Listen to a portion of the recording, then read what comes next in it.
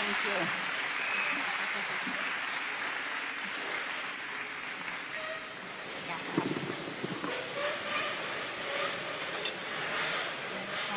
All right. Okay. All right. Well, the moment, a little bit, there we go. The moment you've all been waiting for to hear from Governor Ron DeSantis and Casey DeSantis. So thank you so much for being here. Absolutely. So, our theme tonight is raising pro-life children. And that's our newest project. And so we're going to just start right off the bat and ask you, you guys have a young family and you're doing it and you're raising, hopefully, pro-life children. So why don't you share a little bit about what you guys are doing to raise pro-life children? Well, I can just say we are doing quite a bit. One of the things that is really important to me, and somebody said this along the way in our journey, they said, when you are handing your child over to somebody, whether it is a caretaker, whether it is an educator, whether it is a family member, you have to think about your children's life as an open book, right? And you're giving that person the opportunity to write a page in your child's book. And so you want to ensure that they're instilling the values that you believe in, a culture of life and decency and of truth and of family values. And so that's one of the things that we really hold dear. And also when you look at what's happening in our school systems and you look at this indoctrination, you have to stand strong in defense of that. And we've really tried to do that in the state of Florida. And also with the kids, going out, me personally, showing that every life has value and worth. And showing the kids going out and volunteering and getting them involved in the community and showing that everyone has the opportunity to live up to their God-given potential. And that's something that we want to provide the kids with the opportunity to help, particularly people in need. When, so our first child was born, so she's going to turn 7 on Wednesday. Time flies. When her brother was conceived, the way we told friends and family is we had our oldest, who was probably not that old at the time, just holding the ultrasound of her little baby brother. And so that's a picture she's always going to have. And then when we had our third, we had both the brother and the sister holding the ultrasound of their soon-to-be baby sister. So I think when you see it in those terms, and this is going to be something that they'll carry with them for the rest of their lives, everything Casey said obviously is the truth. But, man, that's powerful. They had that picture there, thanks to science and technology, that they knew they were going to have these siblings come along the way. Oh, wow, that's fantastic. So, one of the things that we hear all the time in the pro-life movement is that we only care about the baby in the womb and we don't care about the baby after they come, right? And it's completely false, as all of you know.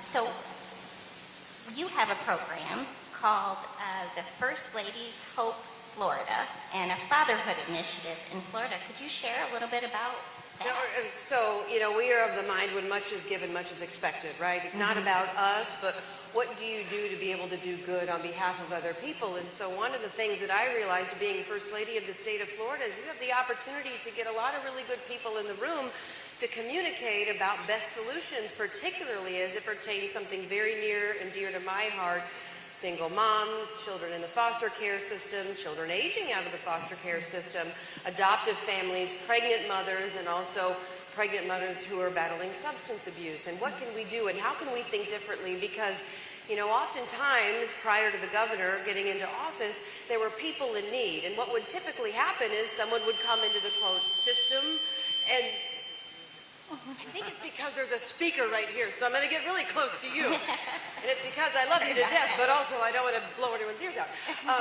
So I think what was neat about what we did is we're trying to be able to help people in a meaningful way. And so when people were coming into the Department of Children and Families, which is traditionally the agency within government that is helping people in need, what traditionally would happen is someone would say, well, here is a government assistance payment, you will see you in 6 months, I hope it goes well, and that was the end of the conversation.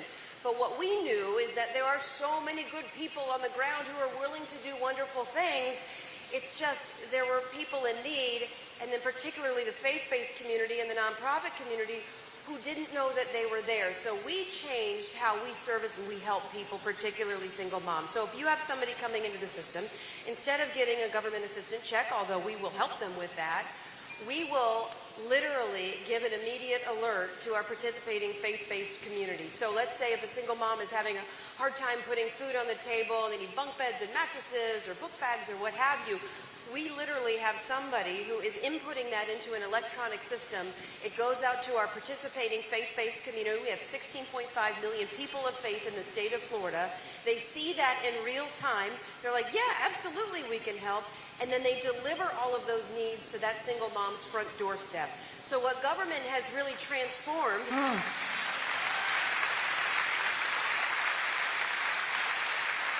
So government has transformed now as a convener and a collaborator between good people in need and good people who have always been there, but they didn't know that they were there. And we've been able to help people, particularly to single moms, by tapping into the fatherhood initiative as well, because we see one of the greatest things that you can do, particularly for children who have very troubled beginnings, whether it's abuse or neglect, is to provide mentorship opportunities. And the governor has devoted a lot of resources, Ron, to that, and have been able to provide opportunities for those single moms in particular. Yeah, look, I mean, I think there's a lot of problems in our society that we can address, but if I had a wish to just do one, snap my fingers, I think if we could ensure that every kid was growing up with not just a mother, but also a father in the home, that would solve a lot of these other problems that we see. And I started to get involved in this my first year as governor. We had provided some support for some of these nonprofit groups. One of them is called All Pro Dads, which was done by Tony Dungy, who was the coach of Tampa and Indianapolis. And I remember the first year as governor, Tony came to lobby me on it to my office, or maybe he called me, I don't know. And I'm just like, Tony, man, you don't got to lobby me. Like I love you. If you think this is good, I'm for it. But he started explaining to me, he's like, look, when he would go minister to prisoners, because he's a Christian and would go into prisons and really try to talk to these guys, he said, I did it and I realized they weren't there because they were poor or their race or all this other stuff that you typically hear.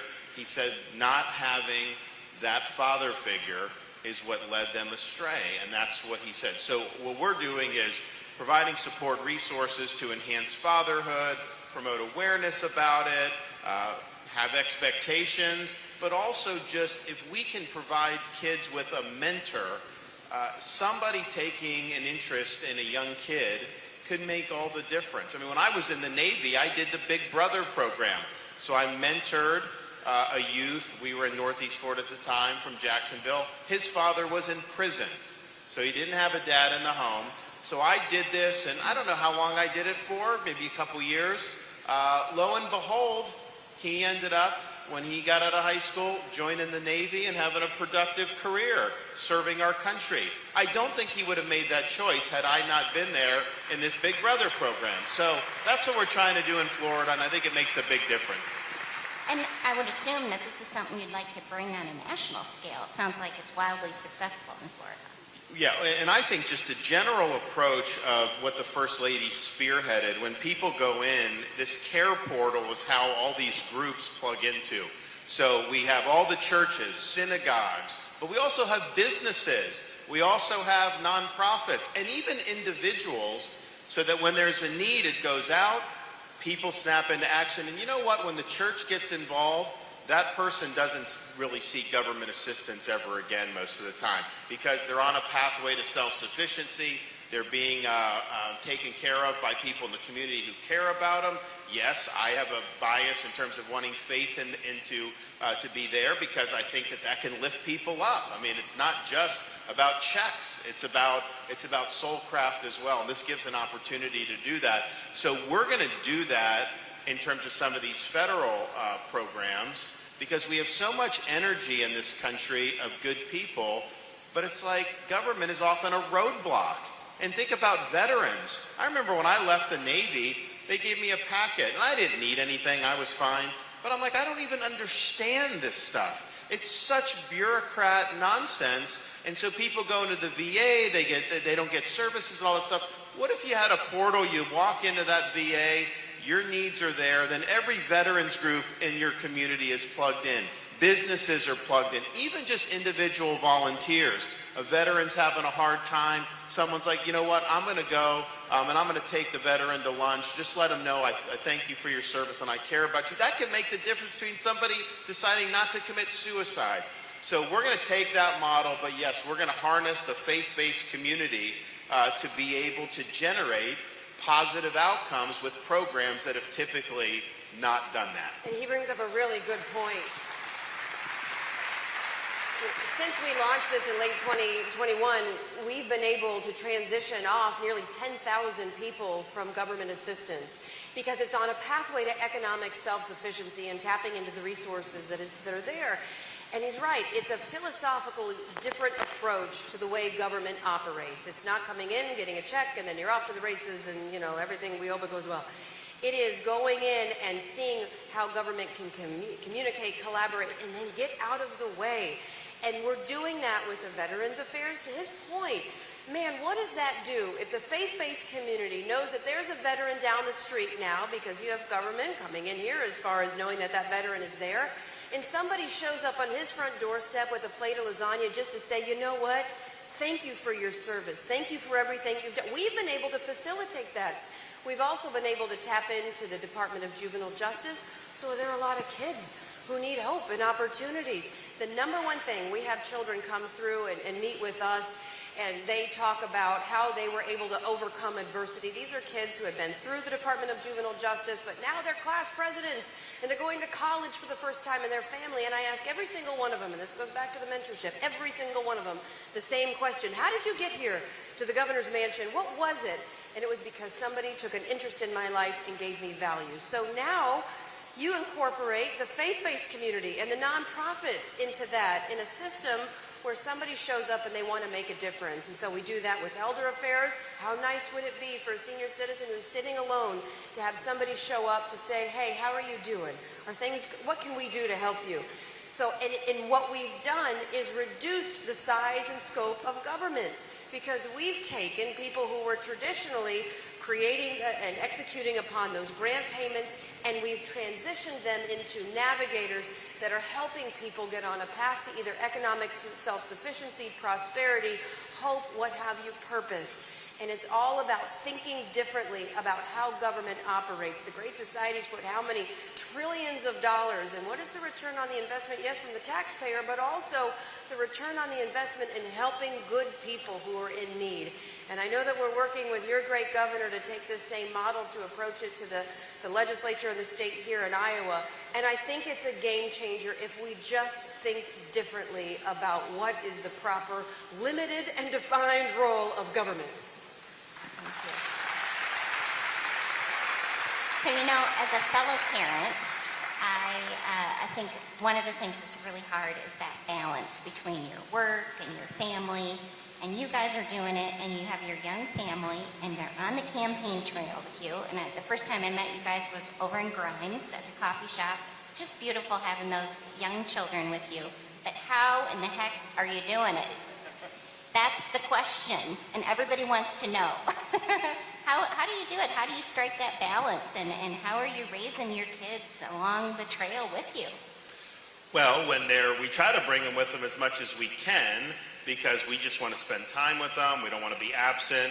When they're with us during the week, we do their homework with them and homeschool and do all that. Now they're in school when we're back home in Florida. So it's just juggling. We learn something new every day. It's a very interesting process when you're running for president. It's not a normal thing. One of the reasons I ran for governor in the first place was because I was a member of U.S. Congress. We had our daughter at the end of my second term after I had been elected for a third term, so I go up for the third term, and I'm thinking to myself, why am I going and leaving my wife and daughter for 4 or 5 days a week and then coming back? I was like, I don't really like that. So as governor, it's a very family-friendly job because you can do whatever you need to do around the state. You usually could be home for dinner time, no questions. And I would say my first term as governor, I mean, I rarely spent the night anywhere else other than home. I would make sure to get home. And there was occasionally if I was traveling out of state, but that was much rarer. So we just try to be present as much as possible. But we also understand some of the things that I'm doing as governor and what I do as president, it's personal for us. When we're doing these education battles, yes, I'd like to think I would be strong and stand up for all these things if our kids were fully grown or if we didn't have kids. But the fact that we have these young kids, we're sensitive to what's going on in the schools. We're sensitive to ensuring that parents have rights to direct the education and upbringing of their kids. We're sensitive that parents can access the curriculum so that they know if they're trying to jam pornography in their fourth grader's classroom. You should know that as a parent. You should be able to object to that. So, and we had in Florida, we had, you know, one of the kind of the marquee battles that we had was over this parents' rights in education legislation, which basically said no sexualization of the curriculum, gender ideology, any of that in elementary school. And you'd think that that's kind of a no-brainer. Why would we even be having this discussion? Obviously, it is being done in other parts of the country. And so we felt strong that that was the right policy. The media, of course, did not like that and attacked us. The left, of course, did not like that and attacked us, which we expected that. But what we didn't necessarily expect was our state's most powerful company, someone you may have heard of, Disney, to come out and attack the legislation and fight against us on that. And you know, it was kind of funny that we had to do battle with that. Well, what most people said, you're not going to be able to beat them because they're too powerful. They get everything they want in Florida. But it would just so happen that no one had made more money for this company than me because they were open in COVID in Florida during COVID. They were closed in California. They made a fortune in our state because we were open. And something that wasn't known as much, we actually got married at Disney World. That was her idea, not my idea. And so we did. They have a nice wedding chapel and everything like that. And they actually did a good job. So it wasn't like I was like out to get them, but if we can't draw a line in the sand and say we are going to stand up for the innocence of our children, then what good are you in elected office? And so we fought that fight against Disney. We won that fight against Disney, and the kids in Florida are better off for having done that. You know, it's so obvious that you guys care so much about families. So, you know, as you're out and about on the campaign trail, what are you hearing from parents across the country as to what's important to them and what they're struggling with? Well, I mean, she's done a lot with the Mamas for DeSantis movement, and she's done a lot in Iowa. I think they have all the counties have chairman now, all 99 counties. She did a great in our re-election and was Florida governor with all that. But I think the parents are concerned about the schools being used to pursue a political agenda at the expense of their kids. They're concerned about wanting to have meaningful choice in where they send their kids to school to begin with. I think as you talk to parents who have little kids or a little bit older, they're really concerned about these universities and some of the stuff that's gone on. And we've gotten to see this just with pro-Hamas protests that you're seeing. In some of the most previously respected universities in our country, you have these students out there protesting in favor of a terrorist organization. It's really, really problematic. And so I think all those are really significant issues. I think parents are concerned about their own kids, of course, but also seeing these problems writ large across the country. What does that mean for the next generation or two generations? Are we going to be able, you know, Benjamin Franklin, when he walked out of the Constitutional Convention after having framed the Constitution, was asked, did you give us a republic or a monarchy? He said, a republic if you can keep it. You have to have citizens that have a good foundation in American freedom and understanding our rights come from God, not from government. All these key things. And I think people see that we're really losing that. So in Florida, we fought back on all those fronts. We've had more success than probably anyone thought was possible. And we're happy to do that. But this is an important fight. Parents' rights, making sure we're educating, not indoctrinating. I think the success of this country hangs in the balance about whether we win those fights or not. Yeah, for sure. And I would say, you know, it is, I never thought in a million years that anyone would ever use our children as vehicles to advance their ideology and their agenda. You know, you always thought that the kids were hands off. And so I talk a lot of moms and they'll say, you know, it's one thing you come after us with your policies, we can litigate it, we can show up at school board meetings unless the DOJ wants to investigate you as a domestic terrorist. But, you know, but when you go after the kids, and they're so impressionable, and I think that's something that I didn't really realize until I became a mama, right? Like, they are so susceptible to somebody coming in and hijacking their innocence. And you don't realize that until you're there with a 6-year-old or a 5-year-old who's, you know, litigating with you, David versus Goliath or what have you, and it's funny, but it's also very serious. And so the other thing I would say I hear a lot about is public safety, especially when we're traveling out in other parts of the country and these cities that are defunding law enforcement and making these communities less safe, and also things that are happening, you know, by our southern border scares a lot of folks. For sure. So, you know, you've done a lot in the state of Florida on the life issue. And as I referenced in my talk, that we've had some blows in terms of life. And so a lot of people are saying life is a losing issue and we should rethink how we, you know, go forward on the life issue. So what's your response to that? Well, I think you made a good point about this Ohio, how much money was spent promoting it. So you have a situation where on these referenda, you have so much money flowing in to promote it, and then the media is 95% in favor of those. So it's created an imbalance. So what's the information flow that these voters are getting when they're going in there? And the fact of the matter is, like, you know, it's Republicans that are, you know, supposed to be promoting culture of life and everything. But if you look, a lot of these business guys, these Wall Street guys, they are not pro-life. And so they may support Republicans because they want lower taxes, but they're more apt to give to the other side when it comes to something like this. So I do think we've got a structural problem when it comes to these referenda. I look at Florida. We have, of course, the Heartbeat Protection Act, but they're trying to get on the ballot to do a constitutional amendment in Florida, and they would need 60%, not 50%.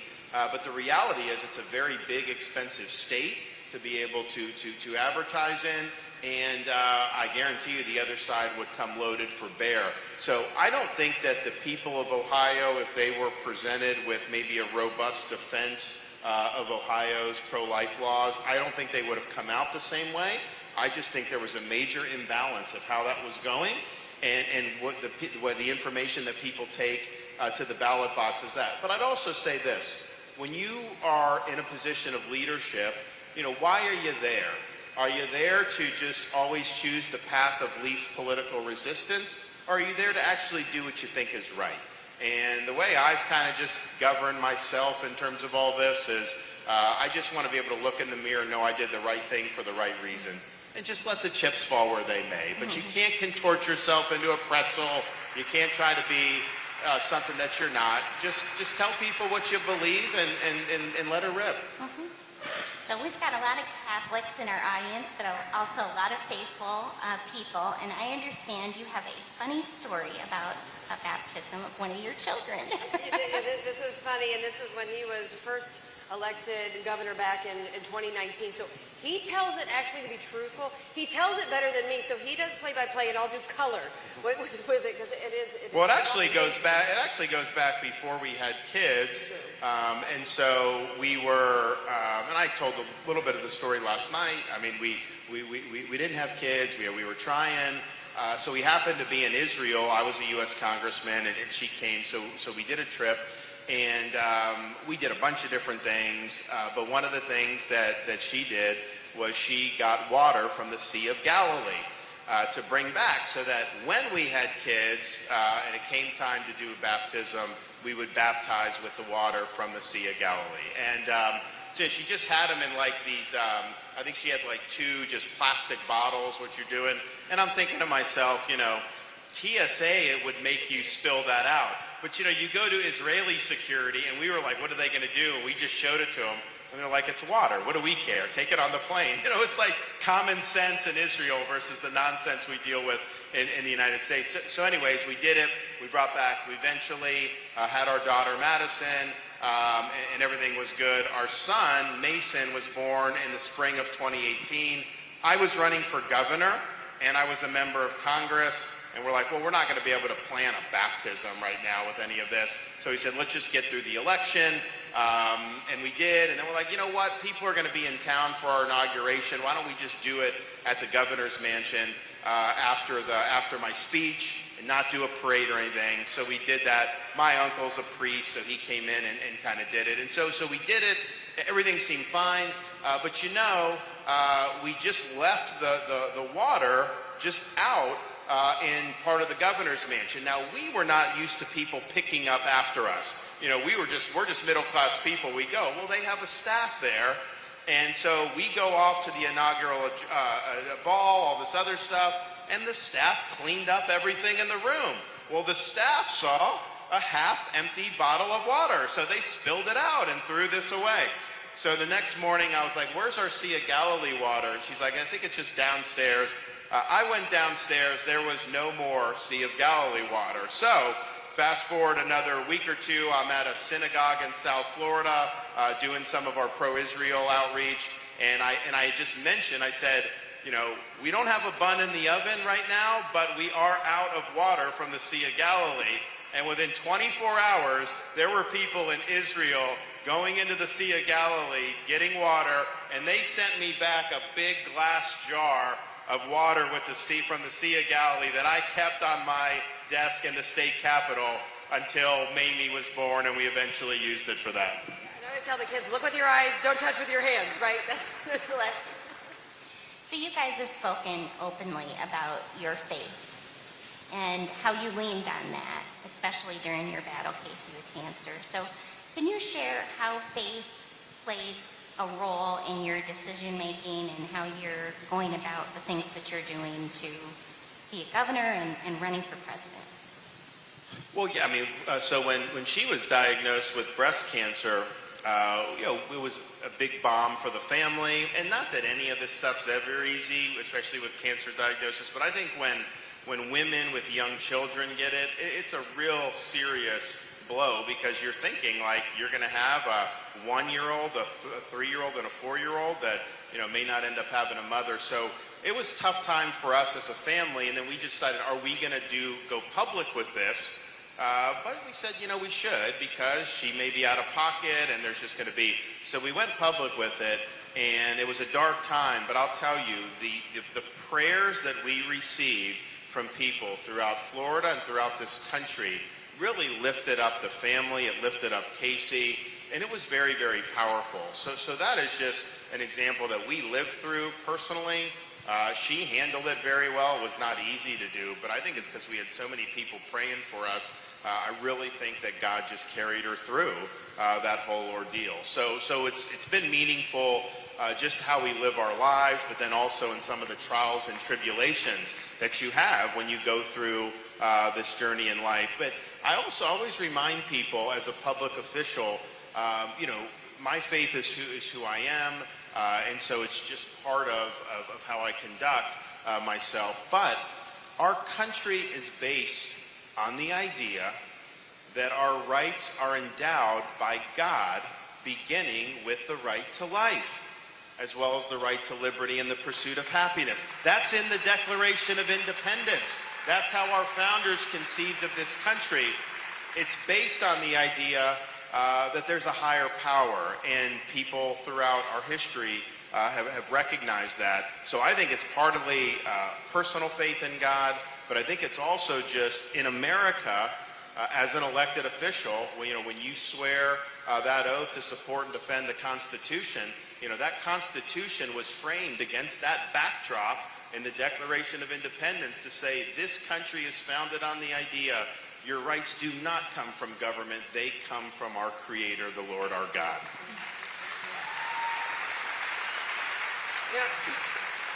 And I have to say something about this guy, because we did have 4, 3, and a 1-year-old at the time, and it was, obviously you can imagine, it was hard just psychologically going through that. But going through 6 rounds of chemotherapy, 6 weeks of radiation, and 3 surgeries, this guy never left my side. And that speaks volumes about who he is as a person, right? Because he's running the state of Florida. He could be doing a million of things, but when I was getting chemotherapy, and it was not fun, he's sitting there for literally 6 and 7 hours at a time, there holding my hand when he could, when it wasn't covered in ice. And he was there just to support me. And all of the arrows that you see that he gets to know the truth about who he is, that's a big deal. And, he talked about the prayers. That is so true. I got boxes and boxes and boxes of letters, and I began to think about other people who were going through a cancer diagnosis. And I said, all of these wonderful prayers of hope, and I would get stories from people talking about the importance of faith and staying strong. And I'm a stage 4 survivor of 20 years, and all of these things. I said, well, why am I just getting this? There are so many people out there who are suffering who need to see that too. And so we started doing something in the Florida where we were putting this all forward-facing and allowing other people to pray for folks and to ensure that they know that they're being thought about and that they're being loved and they're being prayed for. And I think that that's a really big deal. But here's the other thing about that diagnosis. The Lord works in mysterious ways, and I truly believe that, because prior to getting that cancer diagnosis, I don't think I would be able to come out and talk to a wonderful room of 500 people, right? I would never wish anything like that on my worst enemy. But I'll tell you what, after going through that, it has given me such faith, such context and perspective on life. It has given me the strength to do things that I never thought were possible, to be able to stand next to him and fight for our God-given rights and fight for our republic and fight for our way of life, which I think, by the way, is hanging in the balance. And so I see the challenges that the good Lord put me through that I did not understand at the time. I can't even begin to tell you how much I struggled, but it was faith that pulled me out when I had no other direction other than my family and the good Lord there to be able to support me. And I'm able to be here now to go across the United States of America to advocate for what I know in my heart to be true, because he put me through that and that test, and I came out stronger on the other side. And I think that should give a lot of people hope. I just cannot thank you both enough. I know there were a million different places that you could be, but we are just so blessed that you chose to spend some time with us talking from your heart about what is so important, and that's life. And I just want you to know that I have been praying for you and your family, and I will continue to do so. Thank you so much for being here. God bless. Thanks so much. God bless you.